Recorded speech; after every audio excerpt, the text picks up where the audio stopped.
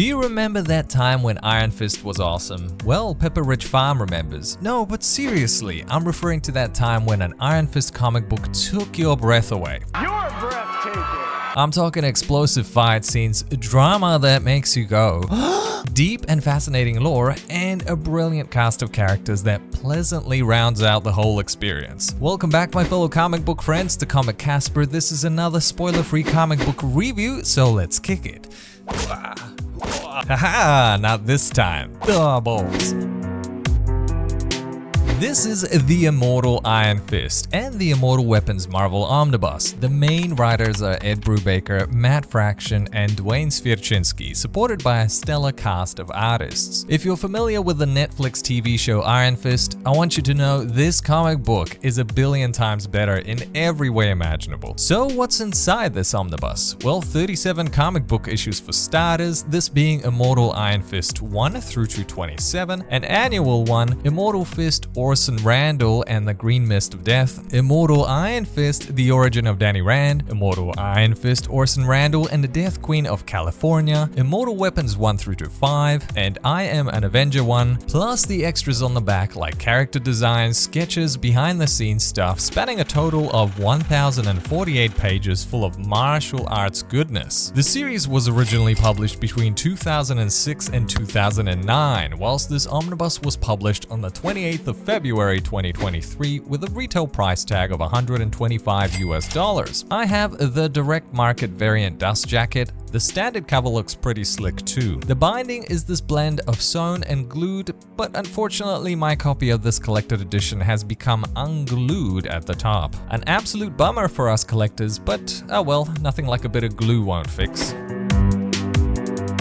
The series explores an epic adventure steeped in fable, magic, and hard-hitting martial arts action. After learning the hard way that the Iron Fist's century-spanning legacy holds more secrets than he ever dreamed, Danny Rand is called to Kunlun to fight in a tournament against the immortal weapons of the 7 capital cities of heaven, whilst at the same time attempting to unravel a mysterious conspiracy plaguing Kunlun. In the edition, there are noir adventures of Orson Randall, the previous Iron Fist, and the amazing solo tales of each of the immortal weapons.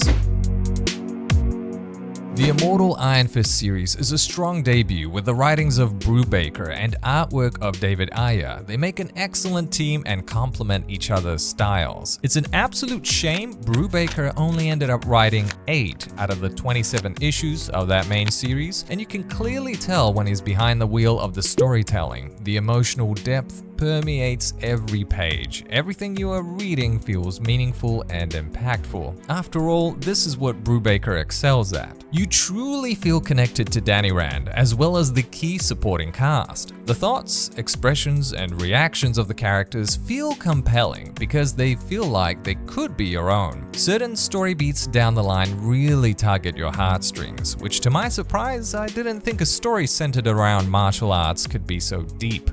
Yet on the flip side, there are moments of humor sprinkled in, tastefully executed, making this reading experience feel so balanced and wholesome. Well, I guess that's what you get when reading the work of a writer that holds 7 Eisner Awards, 2 Harvey Awards, and more. It would be unfair for me to dismiss the other writers on the title, especially as Matt Fraction cooks up some pulse-pounding storytelling and Dwayne Swierczynski helps to enrich the lore of Iron Fist. And this is where it gets interesting. The writers take their time to flesh out some Iron Fist history where they showcase Danny Rand's predecessors wielding the power of the Iron Fist, throwing us into France during World War I in 1916. Or China fighting off the British during the Second Opium War in 1860, or the arid wasteland of West Texas in 1878. And I know what some of you are thinking, history? Really? How boring. Well, it really isn't, and you gotta trust me on this one. It is very pivotal to the main storyline. These events are well slotted in, feel perfectly canon to the story of Iron Fist, and makes you realize how the here and now is nothing more than a drop of blood in the ocean, compared to the epic landscape of what has been. and what will eventually will be. This back and forth between the past and the present not only gives us a deeper appreciation of history of the Iron Fist, but helps us to realize the level of baggage the Iron Fist has to contend with. there is something important to realize about the significance of when these stories were published. I mentioned previously they were released between 2006 and 2009, and if you cast your mind back to that period, you will remember how the world experienced the global economic crisis between 2007 and 2008. Now, why is this important to Iron Fist? Well, if there is one thing to note about a financial crisis, the sales of many things, including comic books, declined rapidly. On top of this, comic sales were already in an unhealthy state, which meant the sales of the immortal Iron Fist weren't looking too hot, thus stunting the longevity of this run. The economic landscape and the lack of comic book interest sadly killed what could have been an even more awesome Iron Fist comic series. Sure, Iron Man the movie released in 2008, breathing some new life into comic books, but the knock-on effect took a while, and it wasn't a while until the general public became introduced to Iron Fist, which sadly wasn't the greatest story. Sorry, Netflix.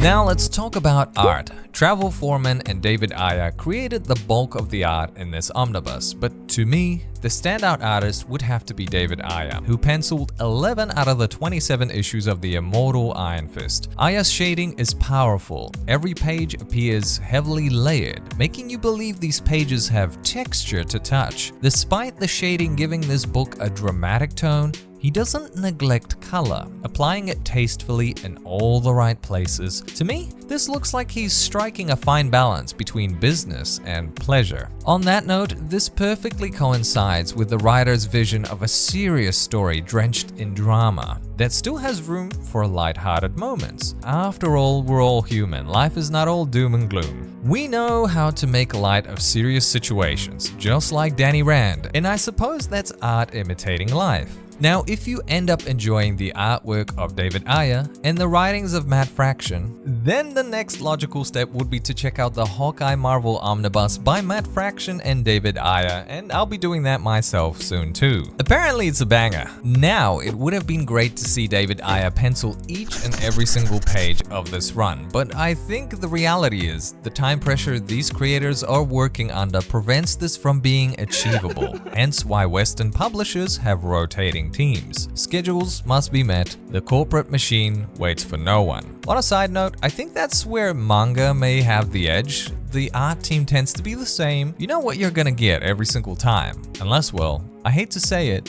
the creator and/or artist passes away. Mad respect to the mangakas. This collected edition was a breeze to read through, and it did leave me wanting more. There is the addition of 5 issues of the Immortal Weapons, which dives deeper into the supporting casts such as Fat Cobra, Bride of the Nine Spiders, Tiger's beautiful daughter, Dog Brother Number 1, and Prince of Orphans. Each of these characters are extremely unique and add a great deal of flavor to the series, but personally I wasn't too invested in their standalone side stories, only because I really wanted more storytelling surrounding Danny Rand and his beloved friends. On that note, we have some great appearances from Luke Cage, Misty Knight, and Colleen Wing.